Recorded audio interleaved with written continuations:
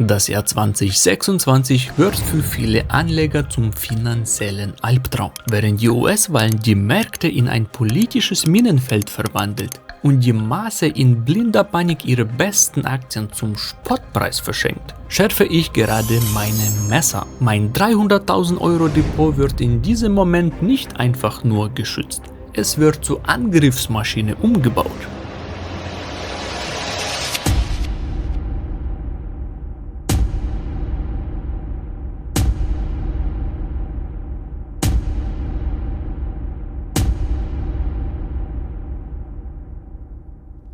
Ich weiß nicht, wie es dir geht, aber ich persönlich will keine Rendite verschenken, nur weil ein alter Mann die Weltordnung umkippen will. In diesem Video zeige ich dir meinen persönlichen 5-Schritte-Schlachtplan, um möglichst unbeschadet durch diesen Sturm zu kommen. Warum mein Cash für mich arbeitet, während ich auf den Knall warte, wie ich riskante Zockerpositionen gnadenlos gegen die robustesten Unternehmen der Welt austausche, warum globaler Umsatzschutz jetzt wichtiger als je zuvor, wie ich mit Saisonalitäten mein Cash hauptsächlich für gezielte, kurzfristige Investments einsetzen möchte und warum die meisten 2026 alles verlieren werden und wie die Psychologie des Smart Money dein größter Vorteil wird. Und bleib bis zum Ende dran, dort zeige ich dir als Bonus meine exakte Black Friday Wunschliste. Das sind die 8 Qualitätsaktien und die punktgenauen Preise, bei denen ich zuschlage, wenn das Blut auf den Straßen fließt. Wer diesen Plan nicht hat, hat 2026 schon verloren. Also legen wir los. Kommen wir zum Schritt 1, die Cashquote. Du hast bestimmt schon mal den Satz gehört, Cash ist Trash. In ruhigen Börsenzeiten mag das stimmen, weil das Geld von der Inflation aufgefressen wird. Aber wenn die Volatilität zunimmt, ist Cash deine wichtigste Waffe. Wenn die Kurse um 20 oder 30% einbrechen und du kein Geld auf der Seite hast, stehst du da wie ein Soldat ohne Patronen. Du kannst dann nur zuschauen, wie die besten Qualitätsaktien mit Rabatt angeboten werden, während du selbst voll investiert im Minus hängst. Deshalb fahre ich meine Cashquote jetzt gezielt hoch. In der Praxis mache ich das so. Ich habe meine monatlichen Sparpläne reduziert. Ich investiere aktuell maximal die Hälfte meines freien monatlichen Kapitals. Der Rest wandert direkt in die Reserve. Aber ich lasse das Geld natürlich nicht unverzinst auf dem Girokonto vergammeln. Nope, mein Cash arbeitet bei Go and Grow für mich. Während ich auf den richtigen Moment zum Einsteigen warte, generiert das Geld dort täglich Zinsen. Ich blende dir hier mal mein Dashboard ein. Meine aktuelle Cash-Reserve von 10.000 Euro bringt mir passiv etwa 1,60 Euro. Und das jeden Tag. Das klingt vielleicht erstmal nach wenig, aber so bleibt meine Kaufkraft erhalten und ich kann jederzeit den Kaufen-Button drücken, wenn die Panik am Markt am größten ist. Den Link zu Bondora mit dem kleinen Bonus für dich findest du unten in der Videobeschreibung. Schritt 2 ist die konsequente Portfolio-Optimierung. Ich bin absolut kein Doomsday-Prepper, aber ich mache jetzt einen wirklich strengen Qualitätscheck in meinem Depot. Alles, was ich früher mal als Zockerposition gekauft habe, fliegt jetzt nach und nach raus. In den letzten Monaten habe ich in den Depot-Update-Videos über Verkäufe von AIXTRON,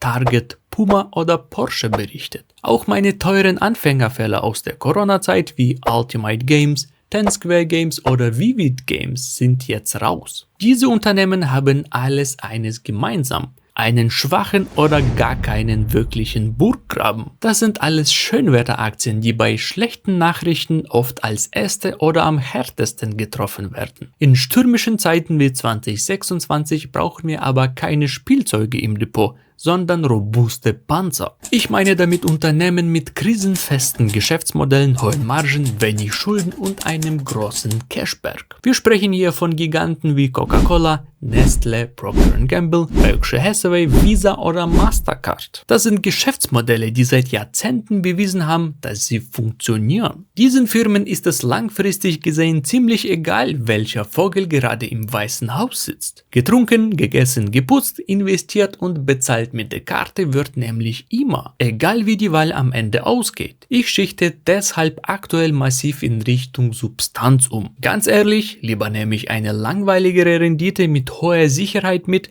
als ein 50% Risiko bei einem Turnaround-Kandidaten einzugehen. Eine Festung baut man aus Stein, nicht aus Hoffnung. Wenn du also auch noch Leichen im Keller hast, die nur auf dem Prinzip Hoffnung basieren, dann ist jetzt meiner Meinung nach der richtige Zeitpunkt zum Ausmisten. Schritt 3 ist der globale Umsatzschutz. Viele denken ja, dass man mit US-Aktien zu 100% von der Politik in Washington abhängig ist. Aber schau dir mal Giganten wie Microsoft, Apple oder Coca-Cola genauer an. Ja, das sind alles amerikanische Firmen, aber sie verdienen ihr Geld auf der ganzen Welt. Ein riesiger Teil des Microsoft-Umsatzes kommt zum Beispiel aus Europa und Asien. Wenn es in den USA politisch bebt, trinken die Menschen in Indien trotzdem weiter ihre Coca-Cola. Und Unternehmen weltweit werden auch 2026 weiterhin die Azure Cloud nutzen, völlig egal wer im Weißen Haus sitzt. Ich investiere hier ganz gezielt in amerikanische Unternehmen, die weltweit konsumiert werden. Das gibt meinem Depot eine enorme Stabilität gegen lokale Unruhen in den Staaten. Mein Tipp für dich: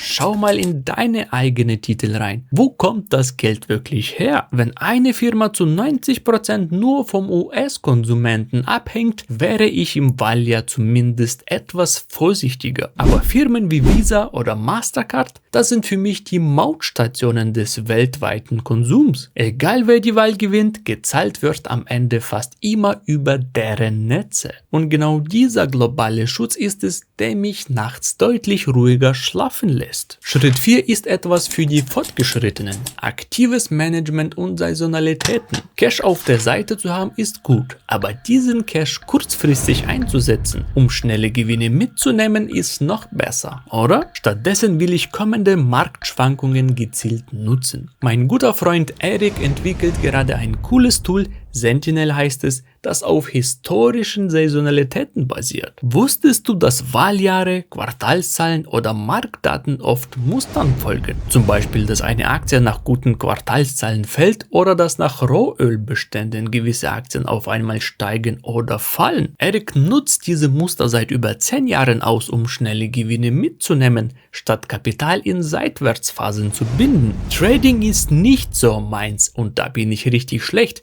Aber in dem Tool werden besten Einstiege und Ausstiege angegeben, sodass man die Trades emotionslos und ohne Erfahrung platzieren kann. Wenn das Thema für dich auch interessant wäre und ich das Tool ebenso hier auf YouTube testen und zeigen soll, dann schreibe das Wort Eric in die Kommentare. Ich bekomme dafür keine Provision oder so, aber ich packe dir den Link zu der kostenlosen Beta-Version in die Videobeschreibung und du kannst es bis Ende April das Tool selbst anschauen. Da findest du auch den Link zum passenden Broker, wo man die Trades bis 100.000 Euro pro Monat komplett kostenlos ausführen kann. Damit werde ich auch meine Trades machen. Ich bin beruflich ein Tester und wenn es um Tools geht, womit man Geld verdienen kann, dann teste ich sehr gern. Kommen wir zum letzten und für mich wichtigsten Punkt. Die Psychologie. Ich beobachte das jetzt schon eine ganze Weile. Sobald die Kurse mal 2 Tage rot sind, fangen die Ästen an zu zittern. Und ich verstehe das, wir reden hier über echtes Geld, das wir uns hart erarbeitet haben. Aber 2026 wird das Ganze nochmal eine andere Intensität bekommen. Die Schlagzeilen werden versuchen, uns Angst zu machen, weil sich Angst einfach am besten verkauft. Und wenn ich die Nachrichten über KI-Agenten lese, die wahrscheinlich irgendwann auch meinen Job übernehmen werden,